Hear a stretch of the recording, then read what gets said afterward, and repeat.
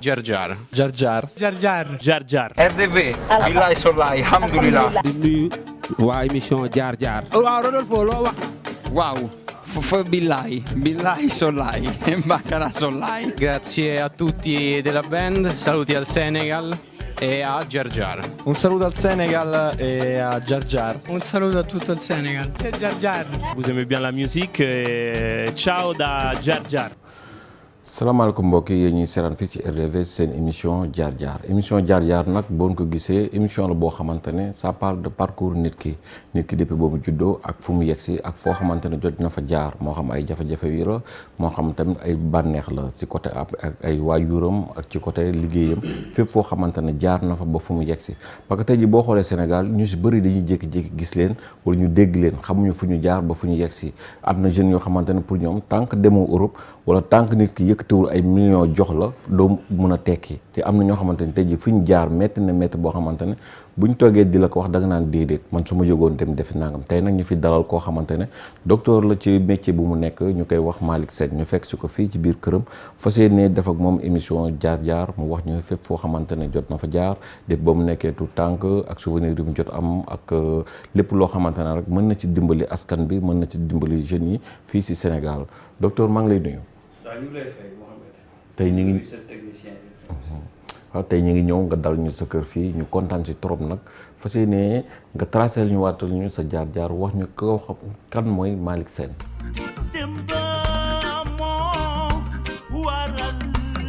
juddoo Pikine màggee Géejawaay docteur Malick Sène lañu koy woowee muy doomu banlieue comme ni mu ko bëggee di ko waxee. waajuram bu góor doonoon ab jàngalekat ba ñu affecté ko ca kër Madiabel mu doon fa ab directeur école ca diwaanu Diourbel lu ni mel tax ba mu doore fa am njàngam yàggul dara mu dellu siwaat Ndakaaru wëyal njàng mi diggante école 11 ba école 27 gannaaw bi mu amee entrée en sixième ñu yabal ko ca daara ju digg doomu joojale di CM Fadilou Diop ñu doon ko woowee ca seeni jamono CS6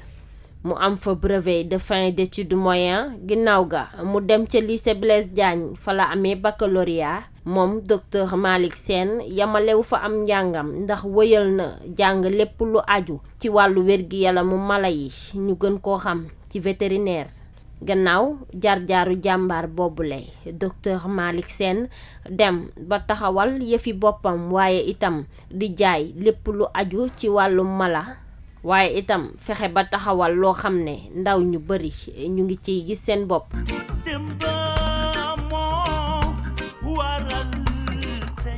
Merci Mohamed. Parler de soi-même moom c'est pas yombul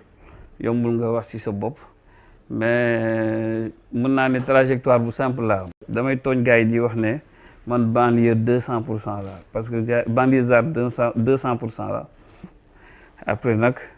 la vie active moom vous savez ce que c'est extrêmement difficile à l'époque ñun bi ñuy génn juste on était période d'ajustement structurel lañ tollool donc à l'époque moins d'état mieux d'état donc ñun à l'époque vétérinaire yi avant ñu génn sax doon nañ xam fu ñu liggéey ñun à notre époque ci lañ privatiser la fonction vétérinaire et du coup donc c'était un peu difficile pour nous en ce moment donc da ngay yor sa saag ak sa sacoche wër ci kii pour jéem a faj quoi. amul problème dinañ si ñëwaat ci kanam tuuti bu ñu duggee ci côté bi nga xamante ne si ko ci métier la ñu ñëw mais tey jii nii lan nga ma mën a wax en tant que Malick Sène souvenir yi nga xamante ne am nga ko say parents depuis ba nga xàmmee xam ne kii mooy sama papa kii mooy suma yaay. man en fait damay njëkkee peut-être ci sama yaay après mu mujjee peut-être ci paa bi sama yaay. mën naa ne en fait lim ñu inculqué ci jom en tout cas ci li ma bëgg liggéey bëgg demal sama bopp def naa ne foofu laa ko jëlee parce que sama yaay dafa nekkoon di jaay commerçante la woon donc chaque matin elle quittait la maison vers 6 heures du matin su fi dellu si 21 heures 21 heures lay dellu si man donc saa yu ma jëlee vacances dama doon dem di ko jàppale su ma ko jàppalee jaay après mu dimbali ma après les vacances donc muy Pâques di grandes vacances di les vacances de Noël chaque fois que daal am na vacances scolaires dama doon dem foofu ba université continuer di ko dimbali muy jaay c'était au port noonu mooy maire yooyu am étal yi foofu noonu di jaay foofu la sama yaay doon jaayee. D'accord. Et jusqu'à présent je me dis comment elle a fait ba jàppale ñu ba ñu mën a réussir quoi nos études parce que man à l'époque à l'université grâce à elle amoon naa frigo même avec la bourse xam nga dafay ndaw mais amoon naa frigo télé tout ça à cette époque-là c'était quelque chose c'était un luxe te loolu lépp moom moo ko waraloon donc elle m'a beaucoup marqué sama yaay dafa nekk koo xam ne daf ñu inculquer véritablement le sens du travail ak liggéey et puis bañ a jël loo moomul quoi. surtout ça. paa bi comme papa moom genre mën naa ne taalibe sëñ Touba la woon taalibe sëñ Fallou la woon paa bi bala mu doon mer dafa nekk nga ñu am ay màggal ñëw wala Kazu Rajab ñëw nga bañ a cotiser noo mën a toll nag nga bañ a cotiser c'est impossible loolu mënul nekk. Ensuite il fut un directeur d'école donc xam nga éducation bi ñu lay jox moi je me rappelle bi ma nekkee CS1 ñu koy wax Fadilou Diop léegi saa ñu àndee convocation ci biir classe bi dañu may wax seen demal wuyu c'est le directeur de l'école qui m'appelait tous les lundis pour que je lui ma won ko samay notes et puis si par exemple surtout bon amoon ay temps may fondu ci arabe bi mais 10 heures la ma woo na mu xool na ma yow li nga am arab ak sa papa nu mu mel ci kurus ak yooyu mais manal bi may mbéj kenn xaw ma sax lu fekk moom lan à la si 10 heures ci récréation bi fekk lan la si jublu woon moom. pour continuer rek poursuivre xool ma sama papa dénk ma ko donc mu may xoolaale pour que ma mën a en tout cas toppatoo sama jàng bu baax quoi ci loolu la ci jublu woon ensuite sama xaritu papa la woon doon nañu échanger ay turu yàlla ak yooyu donc xaritam la woon daal. xaritam la woon. mais lañ souvenir nga am si école yi nga doon jàngee temps primaire wala université bi nga nekkoon ñoo xamante ne daa nga fooyandoog ñoom ba instant bi yaa ngi leen gis wala ñoo xamante ne gisatoo leen. waaw bi may jàng bi ma nekkee Kër Madiabel sama papa amoon na benn collègue am monsieur Traoré bu amoon benn doom boo xam ne kooku vraiment su ma amoon chance gisaat ko doon naa ci kontaan parce que à l'époque à Kër Madiabel bon suñuy jël vacances foofu on organisait des séances de lutte mais comme ñun ay xale yu tuuti la ñu woon à cette époque là peut-être jardin amul woon mais ñun ñaar dugguñ woon école mais ñu ngi woon ci classe yi toog chaque fois di wàcc ko ñëw ñu maag moom bëre bi maag moom ñoo ko doon gérer quoi donc c'était mon adversaire si période boobu suñuy bëreendoo et tout quoi il m'a beaucoup marqué doomu monsieur Trabo mais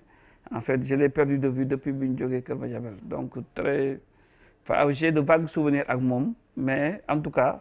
di rappelé wu naa ne daal on a passé de bons moments ñeneen ñi nga xam ne nag li ma gën a marqué mooy suma passage à l'école 17 école 17B bu HLM Guédiawaye foofu noonu j'ai eu de véritables amis noonu naa ci citer particulièrement un ami vraiment kooku ñoo bokkoon ban et puis xawoon tolloo maître bi di ñu jaawale et puis c'était Jean-Louis Tine je pense que léegi douanier la parfois ñu déggante c'est un ami c'est vraiment un grand souvenir bu ñu am ci moom ensuite avec les gens yi nga xam ne nekkoon nañ di football temps UASU moo amoon et donc comme bon on jouait à peu près très bien un peu en tout cas on était de bons joueurs donc chaque fois ñun suñu classe il y avait en fait de très bons joueurs mën naa ci citer Lapudo mën naa ci citer Aziz Diong ñooñu doon nañu ànd di footballandoo quoi et donc on a passé de bons moments également au niveau de l'école au niveau de l'école 17 deux enseignants marqué nañu trop aussi muy monsieur Ndiaye xaw ma Samba Ndiaye la tuddoon je pense nim ñu doon en fait xale day am soo koy defal dara day fekk mu mérité ko loolu la ñu doon woon c'est-à-dire su ñu defee ay devoir wala ñu def ay composition les meilleurs da doon jël xaalisam organiser ñu benn yendu et de ce fait le fait que ñun ñuy yendoondoo mu jël les meilleurs ñuy yendoondoo noonu foofu di okii ñeneen ñi waa pour motiver ñu ñeneen ñi mais composition ci des da leen di gis ñoom tamit ñoom ñu pour ñëw xeex bokk bu baax a baax pour bokk quoi de Si. sorte que finalement c'était une école boo xam une classe boo xam ne qui avait de bons résultats beneen enseignant bi ma marqué mooy monsieur Sall moom mi ngi dëkk ba léegi HLM Guédiawaye ci immeuble yi à côté de la mosquée kooku c'est-à-dire rigueur am ak professionnalisme moo tax mu marqué ma quoi defe naa ne am na benn faute bu ma doon def naa ne faute boobu ci moom bi ma jàppee ak cravache bi ci laa ko gëj a def parce que benn jour dañuy joxoon dictée ma bind toujours dem bañ ci def S donc comme bi mu ñëw kër ga fekk ma fa àndaale cravache commencé di ma dóor toujours il y a toujours S mais donc loolu tamit nekk na benn affaire bu ma marqué trop quoi ba nga xam ne en tout cas maa ngi koy sant bu baax a baax parce que permettre nañu mun la jëriñ quoi ñu jàngal ñu mën ci sori ñu mën ñu jëriñ ba pendant notre cursus. daa nga football nawetaan daa nga am ay copains yoo xam ne dañ naan football nawetaan wala. waaw man nag benn hobby la à part man déjà sama liggéey sama passion la moo tax c'est difficile ma vie professionnelle dafa jaxase ak sama vie familiale même en fait et sociétale quoi ça dafa jaxase parce que sama liggéey dafa nekk passion ci man mais beneen hobby bi nga xam ne moom laa am mooy football c'est le football c'est le sport en général mais particulièrement le football c'est-à-dire football naa depuis bi ma nekkee xale j'ai joué école 17 football naa fa football naa également cadet à l'ASC Deggo des HLM Guédiawaye mes meilleurs amis fa lañ dëkk bari naa fa sax ay tournoi parce que am naa fa ay xarit yoo xam ne c'est-à-dire l'émotion ne me permettra même pas ma jaar ci seen tour parce que samay xarit lañ te dañu génn ànduna et j'ai passé d'excellents moments am na ci koo xam ne mi ngi tuddoon Pape Gora Fall ñu koy wax Pape Fall moom seen kër moo nekkoon sunu siège ñëpp fa la ñu tase yaayam ñun fa lañ doon ndekkee fa lañ doon defee yëpp quoi mais le football dafa nekk man suma passion ba nga xam ne nawetaan football naa également ci membre fondateur u ASC Golf Nord ñun si lañ bokk et à l'époque je me rappelle bi may football sañoon sax il a fallu que ma am un tampon médical parce que j'avais pas l'âge qui me permettait moom ma football mais on me l'avait permis avec le tampon médical ba nga xam ne football naa fa nekk naa fa président xaw ma combien d'années ensuite bon ci nawetaan peut-être je fus champion zonal ensuite sama li mu gën a sori nag mooy après être quart de finaliste départemental mais avec les études à l'époque avec l'université surtout ñun branche bi doon suivre kenn mënu ko woon boole jàng ak football. moment yooyu nan nga ko mën a boole ak nawetaan bi ak nawetaan coow yi ci am xon yi ci nekk liggéeyante bi lu ne am ba pare nga bëgg di suivre pour nekk médecin nan nga ko doon gérer les deux. J'ai une carrière sportive assez brève d'ailleurs. Je me rappelle bi may nekk université le soir ay 18h suñu wàccee doon naa gis ay paawu Jaraaf paawu GIA yi doon ñëw di ma laaj est-ce que mënoo ñëw football ñu luyel la nekk di nga mën ko booleeg jàng ak affaire yi mais je ne pouvais pas parce que mënul woon ànd moo tax à 22 ans presque arrêté naa football j'ai fait 5 ans de nawetaan et uniquement et bi ma xamee ne lii àndul je faisais tout nag pour que parce que à l'époque ñun da doon am juillet examen juillet ak octobre je faisais tout pour que jéem a jàll ci première session bi pour nga xam ne dinaa mën ñëw football mais dama ko def 2 années après arrêté donc à 22 ans j'avais arrêté de jouer après xanaa ñëw di seetaan nawetaan bi ma demee nag ba dans la vie active nekk naa président Golf Nord pendant des années. On a gagné, vraiment, on a passé de vraiment, carrière, en tout cas, Golf Nord, il y a plein de coupes qui ont gagné, zonal, départemental. En vétéran, même, je suis champion régional, vétéran Golf Nord, gagné zonal, départemental, et régional. Et je pense que ce que ça, vétérans yi am régional bariwul il y a plein qui ont ñu am yenn coupe yi mais ñeen ñi vraiment amuñu ce niveau de truc là. Football dafa nekk ma passion dem naa aussi jàppale naa la zone 4 defe naa zone 4 la de sorte que pour man il fallait pas suñu ma parrainer que ñu honorer rek juste les 2 finalistes. Moi, dama gëm ne les 2 finalistes yu yegsee fii il y a eu encore 10 autres équipes yoo xam ne qui se sont battues ay jeunes yu organisé wu def lépp ba egsi ba football ak ñoom ba gagné leen ba ñaar ñooñu génn ci bu nekk kii donc ça doit être une fête et on doit honorer tout le monde et à cette époque-là chaque fois que de besoin saa ñu ma parrainé woon seen finale yi bon j'essaie de faire en sorte que ñëpp équipe bi nga xam ne participé wu ñu ñëpp ci zone bi que ces équipes là soient honorées quoi. mais à part nga jóge université ba xam ne moment bi sa formation def nga ko ba doon médecin vétérinaire naka nga tàmbalee liggéey bi. C'était très difficile parce que maa ngi koy wax sànq parce que ñun dañu tase période ajustement structurel donc l'État ne recrutait plus et à l'époque une certaine époque vétérinaire yi on n'est pas nombreux. On n'était pas nombreux. C'est une école inter-État. Presque ay 15 États ñoo ko bokk. Donc, bac plus 6 la. Waaw, bac plus 6 la. Ensuite, nga defi sa yeneen spécialisation, quoi. Man bi ma paree jàng. Après, comme il y avait rien, maa ngi ak sama soxna ak sama doom. Donc, je faisais tout pour jël amoon naa grand bu baax boo xam ne moom njëkkoon ci milieu bi. Docteur Djibi Diop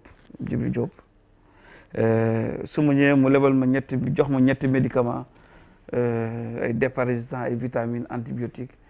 ma commencé wër ci kër yi di faj j'ai commencé comme ça et comble de tout ça c'est mon épouse moom doon yor sama saak ñu doon ànd di faj quoi comme ça ñuy mën a participer tuuti c'est comme ça di fajee noonu laa njëkkee amee son premier emploi un monsieur boo xam ne ku baax suma benn voisin Dembélé gis ma ni ma sawaree woon ci faj bi di wër di faj di organiser ay clinique ambulante di wër di ko organiser même waa école vétérinaire pour ñëw ci banlieue bi di faj mu ñëw ne ma dama am benn xarit boo xam ne il a une très grande ferme dama la bëggoon booleeg moom c'est comme ça que j'ai eu mon premier boulot à Ndukhura en allant à Yène, à Ndukhura Wolof. Donc c'était une ferme où il y avait plus de 2000 moutons. Il y avait des vaches laitières, il y avait également des poules pondeuses. Il fallait commencer à dire. Et puis nekk responsable, j'étais un peu jeune, mais j'étais responsable de plus de 50 bouviers. Ay nga xam ñoom may dimbali ci liggéey bi ay pël lañu woon. C'est comme ça que j'ai commencé. Et ci laa gën a xam lan laa bëgg a spécialiser wu après d'ailleurs parce que lorsque j'ai vécu ça j'ai compris que véritablement li nga xam ne mooy gën a nekk problème dans l'élevage sénégalais c'est l'alimentation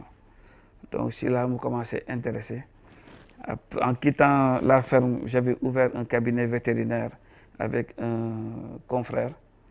si lañ nekk amoon notre cabinet vétérinaire et on élevait nos 12 000 poules pondeuses di def ay poulets de chair ce qui nous permettait quand même de vivre assez aisément parce que métier bu c'est une profession libérale quoi donc mën nga très vite métier ngay am rapidement mën nga très vite soo paree rek mën nga yow exercice yi ta fonction ci laa jóge nag après dugg NMA Sanders et là j'ai encore plus compris l'importance de la nutrition animale loolu moo tax après ma dem à Rennes dem spécialisé wu en nutrition animale donc après mon doctorat dem naa jàngiwaat tuuti pour li nga xam ne vraiment neexoon na ma parce que dama doon toog parfois xar yi bi ma nekkee nduxur xar yi du ñu am lu ñu lekk j'étais obligé parfois takk charrette bi man personnellement dugg si àll bi for xollitu mango yi les feuilles de mangue gars yi fay ay pël ñu yéeg dagg xobu baobab bi c'était difficile et j'ai compris que bon pour véritablement développer l'élevage c'est vrai que la santé est très importante mais le premier médicament c'est l'aliment loolu moo gën a tax sax ma spécialisé wu en nutrition animale. kañ nga dem nag ba choisir ne actuellement nii dootuma liggéeyal kenn damay toog gérer sama entreprise boobu ban instant. waaw am nga man bi may en 2001 ci laa commencé liggéey benn société multinationale bu mag bu ñuy wax Seva 2001-2002 laa leen commencé liggéey Seva santé animale soo déggee li ñuy wax yëpp affaire insémination artificielle le programme mu président Abdoulaye Wade bi sur la Goana nga xam dañu waroon inséminer ay nag et tout produits yi nga xam ne yëpp moom la ñuy jaay pour synchroniser nag yi pour que ñu mën a max pour que ñu mën leen inséminer produits yooyu Seva moo leen doon andi ici en Afrique de l'Ouest donc man ñooñu laa doon représenté et j'ai travaillé avec eux pendant 12 ans et à travers eux j'ai appris plein de choses parce que chaque année di nga am formation booy def dafa am ay Seva université il y a plein de formations en plus de ça bi mu nekkee NMA Sanders j'étais le directeur qualité hygiène environnement et développement et c'est en ce moment également feu Ahmed Amar maa ngi koy sant di ko gërëm di ko ñaanal yàlla xare ko àjjana il m'a beaucoup aidé parce que c'est un monsieur qui a fait que je puisse véritablement exceller ci métier wu nutrition animale bi may def et j'avais très vite compris également que à travers bi ñuy liggéey foofu on avait un partenariat technique ak ay tubaab Sanders et en ce moment c'est-à-dire lorsque ñuy manqué benn matière première parfois on s'arrêtait on attendait avec le décalage horaire parfois ñoom dañuy tëj c'était un système de fax pour nga jotaat yenn formule yi pour commencer defar et je trouvais que ça vraiment que ça ne nous honorait pas en tant que universitaire def loolu lépp ba pare di xaar pour ñu defal ñu loolu c'est pourquoi j'ai très vite compris et appris ce métier-là ba mën ko téye carrément ba nga xam ne l'optimisation les formulations yëpp ñun man personnellement maa ko doon def foofu après j'ai compris que finalement à ce niveau ak au niveau de Seva c'est-à-dire c'était presque la routine quoi amatuma c'est-à-dire mu nekkee élément peut-être j'étais plafonné je suis persuadé que loolu laa doon def ba retraité j'ai senti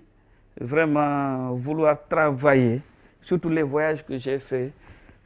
dans la sous-région en Afrique de l'Ouest il y avait cette carence là yi nga xam ne de ressources yoo xam ne capables de pouvoir encadrer les éleveurs les fermiers à faire eux-mêmes leurs aliments loolu moo tax surtout ma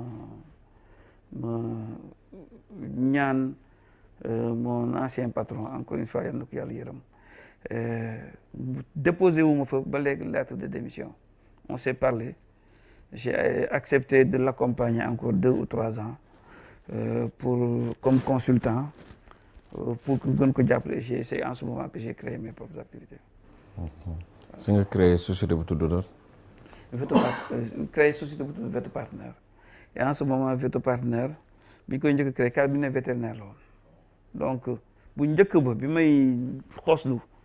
bi may benn maire bu doon ñawul amoon benn cantine buy ñawlu foofu noonu le maire bi luwe woon ma cantine bi maire bu baax waaye moom tamit yàlla na ko yàlla yërëm maire Sarr bi ñu ko doon wax mi ngi woon ci rond point bi ci rond point mooy rond point wu ci booru pharmacie bi noonu on était là-bas et parfois dama doon stressé pour xam ne est-ce que weer bi dina dee pour ma amel ko pour ma mun ko fay 30 000 quoi. C'était compliqué, c'était très compliqué.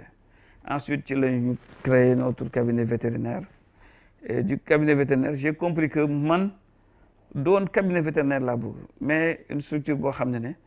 peut-être qui va se spécialiser dans la nutrition animale. Et puis son principal marché moo doon rupture ou grande usines yi. Quand elles étaient en rupture, man j'avais de grands partenaires. J'étais très petit, mais mes partenaires étaient plus puissants que les partenaires des autres sociétés de provente yi fi nekk di defar aliment. Donc loolu je l'ai utilisé pour pouvoir parfois supporter les ruptures de ces majors là et puis di si jàpp si comme ça noonu la ñu commencé di dem. moment bi ngay jóg pour def loolu yëpp da nga am financement wala sa famille dafa am ñoo xamante ne ñoom ñoo la jàppale pour nga mën ko taxawal. non man comme li ma lay wax bi may def cabinet vétérinaire jeune à la fin du mois dama doon wax ne 30 000 du ma ko am pour mën a fay location cantine bi ma amoon. Cantine bi garab yi laay jël teg ko man daay du sama tabouret teg à côté voilà madame sama soxna da doon dem añi guddi su ma liggéeyee tuuti ñu am quelque chose comme ça ñu jënd lu ñu reere. C'est comme ça qu'on a commencé noonu lañ commencé. C'est à travers maintenant toutes les formations que j'ai eues ak confiance bi ma am ak expertise bi ma wone que les gens ont cru en moi et ci laa commencé vraiment sunu structure bi commencé doon def jóge ci ay 200-300 000 par mois jëm 3 millions après ñu changé ko on est passé de 30 millions dem ba 200 millions par mois mais des structures comme ça aussi la mooy le hic dem bay employer 63 personnes et ce sont pas des manœuvres c'est des bac+5. Il y avait 3 ou 4 docteurs vétérinaires dans cette affaire-là. yooyu yëpp société bi moo leen fay. Société bi moo leen yoroon. te avant pour nga am 30 000 francs problème non c'était un problème. Nous on a xam nga Afrique et particulièrement Sénégal fii on a un terrain vierge fii jeune bu yëngatu gëm boppam mën na arriver mën na en tout cas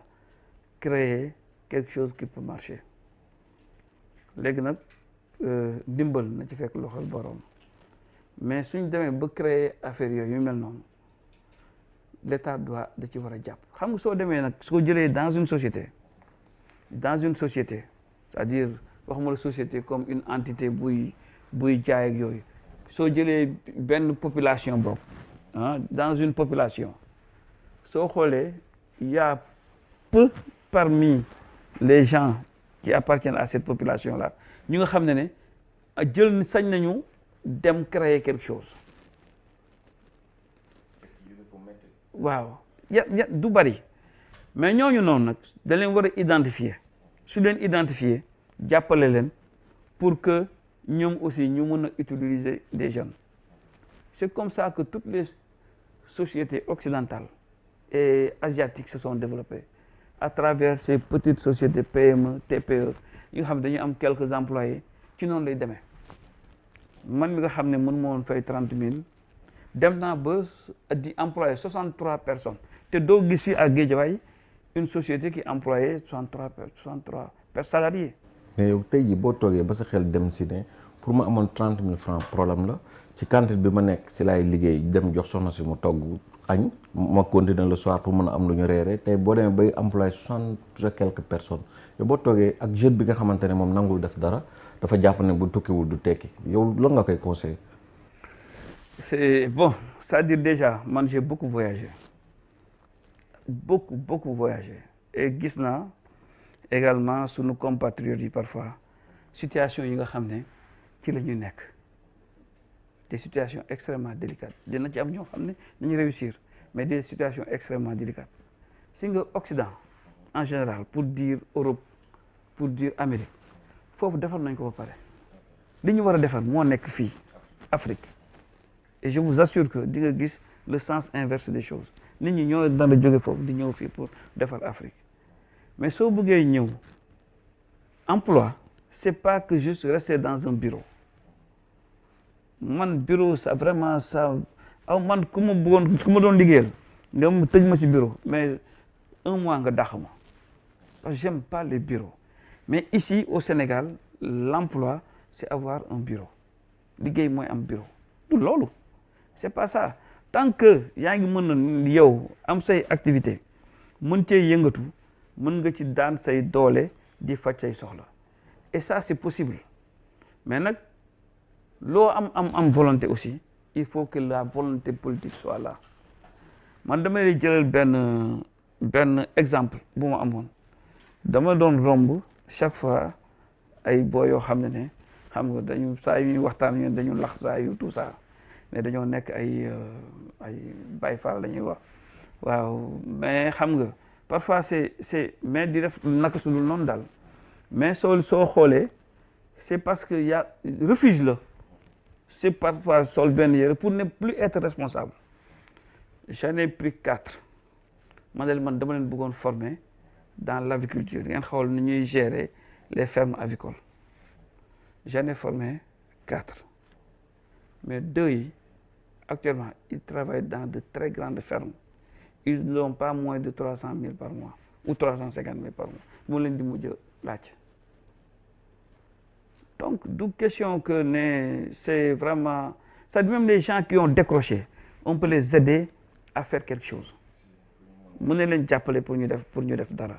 mais ndaw yi ne dañ toog nag démissionner tant que demuñu Europe ça ne marche pas ça je peux pas le comprendre parce que Europe seen bopp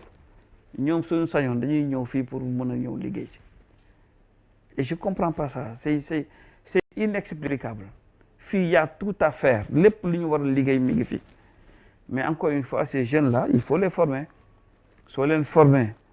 ñoom tamit conscientiser leen suñ ci commencé yëngatu dans l'agriculture en général muy élevage ak mbéy loolu li mu mën a absorber en nombre d'emplois kenn xamul nu mu toll te fii mu nekk nii war nañ ko mën a def parce que lu bari dañ koy jéggaani suñ ko defoon léegi rek di nga gis nañ ci bari nañ ci génn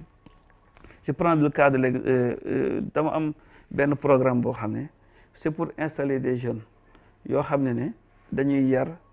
2500 poules pondeuses d'abord c'est une formation préalable jarul ngay jàng école jarul ngay jàng dara il faut nga ñëw déglu soo dégloo dinañ la former ba nga xam ni ñuy tàggatee ginaar suñ la jàngalee ba nga tàggat ko léegi accompagner la pour que nga am ay financement yi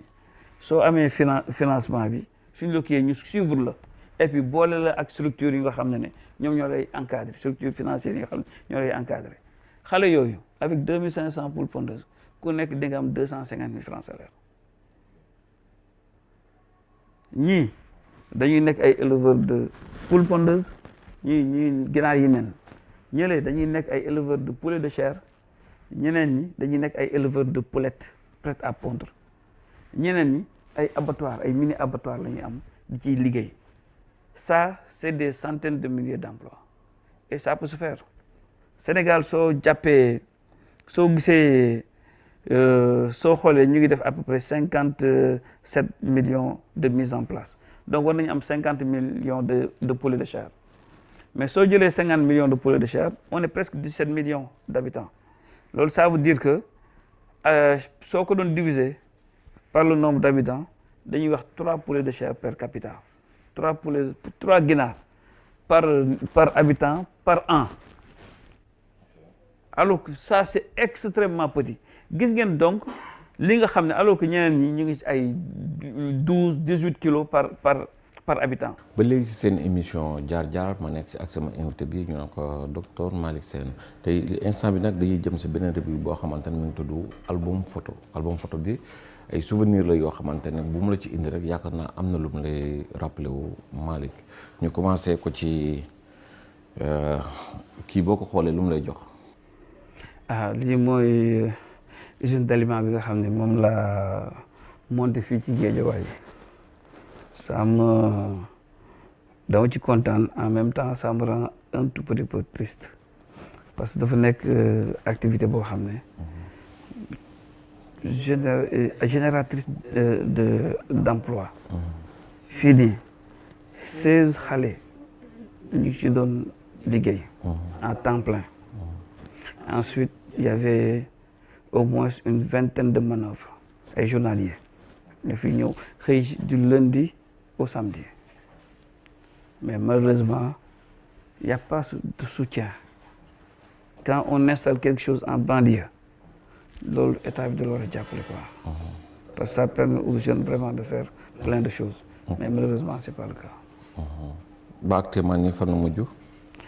Bon, actuellement, on essaye tout pour faire que nous démarrer au top, mais en tout cas, c'est pas facile. C'est pas facile. C'est pas facile. C'est des investissements qui sont extrêmement lourds, mais c'est dommage que le soutien n'est pas toujours là, quoi. Bien, non? Ali, je suis content parce que sur les bureaux, c'est banque islamique là. Donc c'est lors d'une remise de prix là lycée bi nag dama yàgg nekk en partenariat ak ñoom avec les parents d'élèves pour prendre en charge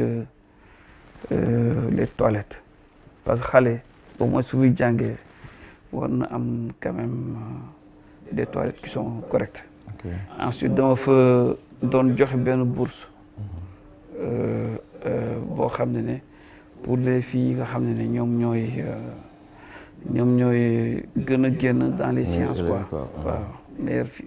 les meilleures filles nga xam ne dañuy gën a wane seen bopp ci jàng bi les enseignement sciences mathématiques sciences physiques yooyu. bii boo ko xoolee lu mu lay jox. waaw lii c'est de très bons souvenirs. lii mooy bi ma demee aj Makka ça m'a beaucoup marqué parce que dama àndoon ak benn góor goo xam ne daf ma jàngal àdduna góor goo ndeysaan moom tamit génn na àdduna yàlla na ko yàlla yërëm papa yi benn chanteur bu mag la muy Pape Diouf moom góor googu j'ai compris lu tax Pape Diouf am cette éducation là parce que son père est exceptionnel. bii lu mu lay fàttali. waaw xam nga man comme li ma yàgg di wax rek Guédiawaye mooy sama parti quoi. lii c'était en fait ay moments yoo xam ne dañu nekk di waxtaan ak association féminine yi nga xam ne de femmes yi nga xam ne dafa nekk fii ci Guédiawaye pour les soutenir pour jox leen yenn financement yi pour que ñu mën a def seen activité parce que dëkk soo bëggee mu dox da ngay financer jigéen ñi ak ndaw yi. bi ñun ak saa ñi ñëpp ngay gis fii si veto partenaire la ñu nekkoon di liggéey et chaque année doon nañu organiser de grandes rencontres ak éleveurs yi pour former leen ensuite ak d'autres techniciens pour les mettre à niveau donc lii xam naa c'était à cette occasion là. lii en fait c'est toujours dans l'enseignement en banlieue ay xale yoo xam ne dañ leen di jàppale pour ñu am ay fournitures pour seen jàng gën a mën a ñoŋ c'est extrêmement important. photo bi boo xoolee lu mu lay jox. waaw ça c'est photo bi peut-être su ma ciy wax naa ci wax ak émotion bu bari. kii mooy suma soxna bi nga xam ne dafa génn àdduna. waaw mu nekk ku ma dimbali ku ma jàppale trop bi ñuy nekk boobu xalaatu woon sax dina am 100 francs 100 000 bi am rak am na loo xam ne sax mënu ma ko wax ci télé on s'est cotisé pour acheter suñu lal bi ñuy tëdd ak armoire on s'est cotisé pour ñu marié wu donc kii mënu ma wax ci moom. yal na ko yàlla xare àjjana. yal na ko yàlla xare àjjana donc dafa mel ni sànq maa ngi lay dégg moment bi nga doon expliquer problème cantine bi kon moom la woon. problème. cantine bi nga nekkoon nga ne yaa sa soxna yéen fa nekkoon. soxna bi waaw. ah moom nga fa nekkoon. parfois yenn garab yi sax moom ko doon jëndal. ok waaw d'accord baax na donc mbokk yi yéen ko gisandoo ba léegi émission jaar-jaar lépp loo xamante ne nit ki jaar na ci rek moo xam lu neex la moo xam lu naqari la dañu leen koy fësal ngeen xam ko day tax tamit ngeen gën a xam nit ki moom mooy kan lu ñu def nag lu dul dem si 3e étape bi nga xamante ne moom mooy dos à dos boon ko gis benn rubrique la boo xamante ne di ngeen ci xamee lu bari di ngeen ci gisee tamit lu bari duñ def lu dul jublu ci.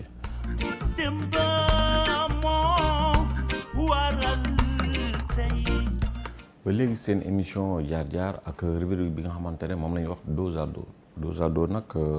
question réponse la Malick. waaw. maa ngi lay ziar. delloo ziar sëñ bi. Malick musulman la. waaw bu wër. da koy pratiquer wala du ko pratiquer. waaw musulman buy pratiquer la. buy pratiquer.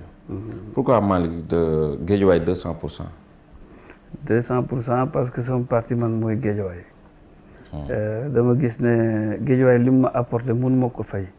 loolu moo tax. pourquoi mouvement suñu banlieue. encore une fois pour gën a jàppale rek gën a fësal idées yi nga xam ne moom laa am Guédiawaye pour mën a gën a dimbale askan wi. moo tax mouvement boobu sos. Malick day dund social wala. waaw man loolu lañ may tooñee sax. nee nañu man entreprise sociale laa yor quoi social moom vraiment sama ADN la. Malick gis ko dafa jafe wala jafewul boo ko woowee téléphone da nga koy jot wala boo ñëwee këram pour am accès des difficile. waaw man ku ma bëgg gis di ma jot sama numéro depuis 2002 laa ko yor changé wul ensuite chaque dimanche maa ngi ci bayal bi di football chaque jour maa ngi dox def marche ak sama gars yi donc je suis facile d'accès. pourquoi banque et finance ngay financer famille. waaw loolu noonu dama xam ne pour dimbale gox da ngay dimbale soxna yi dimbale ndaw yi soo ko defee rek famille yi dinañ gën a am sutura. Malick les moments les plus tristes si sa àdduna. mooy lorsque j'ai perdu mon épouse. moment yooyu lan nga yëgoon. bon boobu toog naa 6 mois sax liggéeyuma j'avais un patron peut-être qui était compréhensif lu bari dal na ma ci def naa ci benn burn out sonnoon naa trop c'est difficile d'en reparler d'ailleurs. si sa àdduna la nga siy regretter. su ma amee lu may regretter mooy peut-être bañ a mën a dimbale en fait askan yëpp yi nga xam ne dañ may solliciter. les moments les plus émouvants. bari na c'est difficile d'en choisir un. bari na je sais pas j'hésite bari na trop. Malick la mooy couleur am. bleu. la mooy plan. maa fait. la mooy sa devise ba nga xamante ne depuis ba nga juddoo moom ngay doxee. je n'abandonne jamais amul bàyyi. la mooy say projet. sama projet mooy continuer à exercer en fait dans la nutrition et jàppale askan wi pour que ñu gën a mën a am résilience en tout cas askanu Guédiawaye surtout.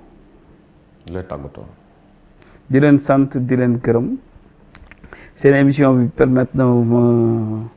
traverser une tranche de ma vie pour ne pas dire la totalité de ma vie et ça a été très émouvant parfois et je vous remercie awma seen fay. li laa leen indiloon ci seen émission jaar-jaar ma la ñu jox dig daje ci beneen numéro ak beneen invité maa ngi ci àndaloon ak Jean Pouy ak Soxna Diarra sama gars yi ciao. Jaar-jaar. Jaar-jaar. Jaar-jaar. Jaar-jaar. RDV. billahi sollahi alhamdulillah. di nuyu waa émission jaar-jaar. waaw Rodolfo loo wax. waaw. fa billahi sollahi bakara sollahi. Grazie a tutti della band, saluti al Senegal e a Jaar-jaar. Un saluto al Senegal e a Jaar-jaar. Un saluto a tutto il Senegal. C'est Jaar-jaar. Vous aimez bien la musique, ciao da Jaar-jaar.